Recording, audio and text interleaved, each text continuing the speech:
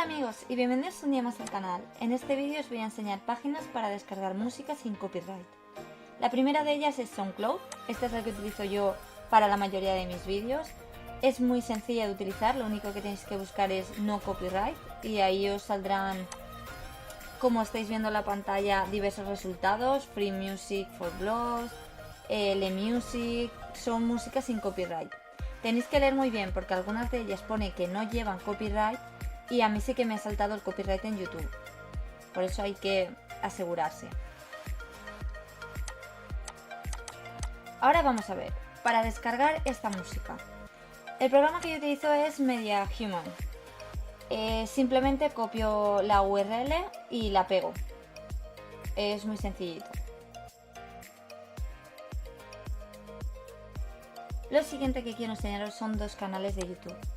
El famoso Audio Library. Estos canales los utilizaba yo al principio, hay música muy buena y es totalmente gratis sin copyright.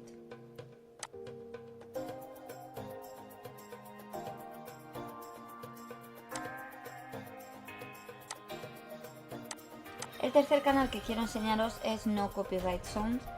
Este canal está muy bien, tiene música muy variada, pero tenéis que tener en cuenta que si ponéis alguna de sus canciones tenéis que poner bajo de dónde habéis sacado esa canción.